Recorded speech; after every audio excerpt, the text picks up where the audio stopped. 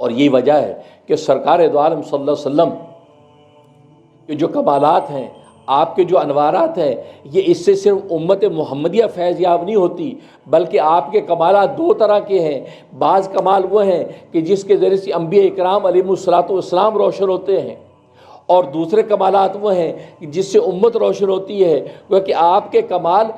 انبیاء میں بھی ظاہر ہوتے ہیں اور امتوں کے اندر بھی ظاہر ہوتے ہیں، لیکن دونوں میں فرق یہ ہوتا ہے کہ امت کے اندر جو کمال ظاہر ہوتا ہے وہ کمال صرف اس درجے میں ہوتا ہے کہ امت جب تک اس نبی کے ساتھ جڑی رہے گی تو اس کے اندر یہ کمال رہے گا۔ اگر امتی نبی سے کٹ گیا تو وہ کمال اس میں سے ختم ہو جائے گا۔ اس کی مثال بالکل اس طرح ہے،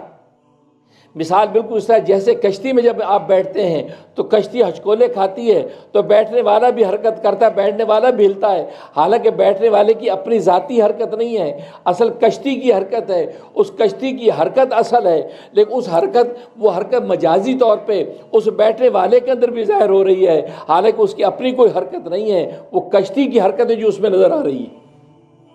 بالکل اسی طریقے سے امت کے اندر کا کوئی کمال ظاہر ہوتا ہے، اولیاء کاملین کے اندر کوئی انوار ولایت نظر آتے ہیں، اس کی اصل سرکار دو عالم صلی اللہ علیہ وسلم کی ذات عالی ہے۔ آپ کے منبع نور سے وہ نور معرفت اس ولی کو ملا، آپ کے منبع نور سے وہ نور غوث اعظم کو ملا، آپ کے منبع نور سے وہ نور آگے جو وہ قطب کو ملا، وہ اوتاد مختار کو ملا، گویا کہ عام مومنین کو ملا۔ تو اصل نور آپ ہی کا ہے، لیکن کشتی کی حرکت کی طرح مجازی طور پر اس امتی کو بھی دے دیا گیا جس امتی نے رسول اللہ کے ساتھ پر رشتہ قوی رکھا۔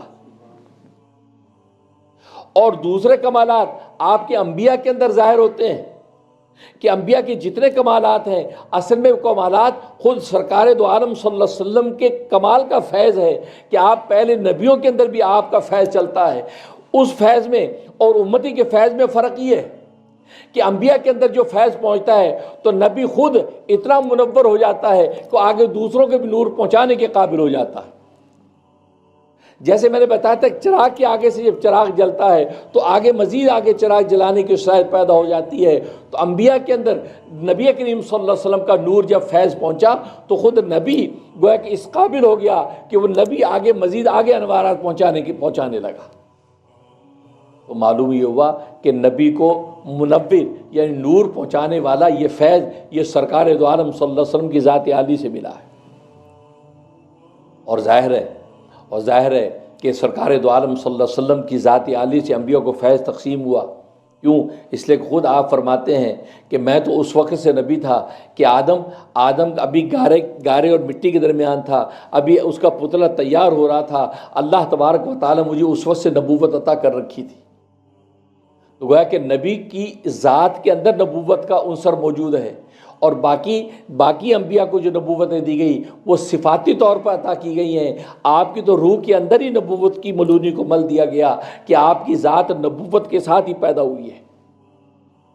لہٰذا نبیوں کو جتنے فیض پہنچے ہیں وہ خود سرکار دو عالم صلی اللہ علیہ وسلم کے کمالی کا اثر ہے۔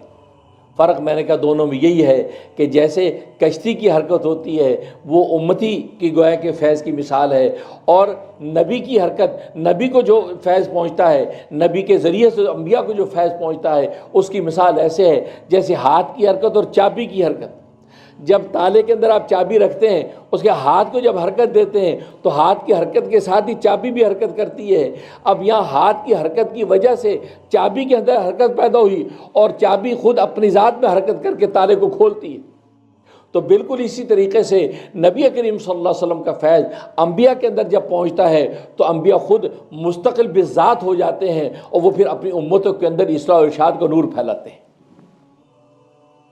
تو یہ وجہ ہے کہ فیض دونوں کے اندر پہنچتا ہے، اس لیے آپ کو سراج منیرہ کہا گیا کہ آپ کا امتوں کے اندر بھی فیض پھیلا اور آپ کا نبیوں کے اندر بھی فیض پھیلا۔ اور قرآن کریم کے اندر یہ دلائل نصوص قطعیہ موجود ہیں کہ تمام انبیاء جو ہے ان کے جتنے کمالات و معجزات ہیں وہ خود سرکار دو عالم صلی اللہ علیہ وسلم کے نور ہی کا اثر ہے۔ سرکار دو عالم صلی اللہ علیہ وسلم کے فیض کا اثر ہے کہ وہ پہلے انبیاء کو آپ کا فیض پہنچا ہے۔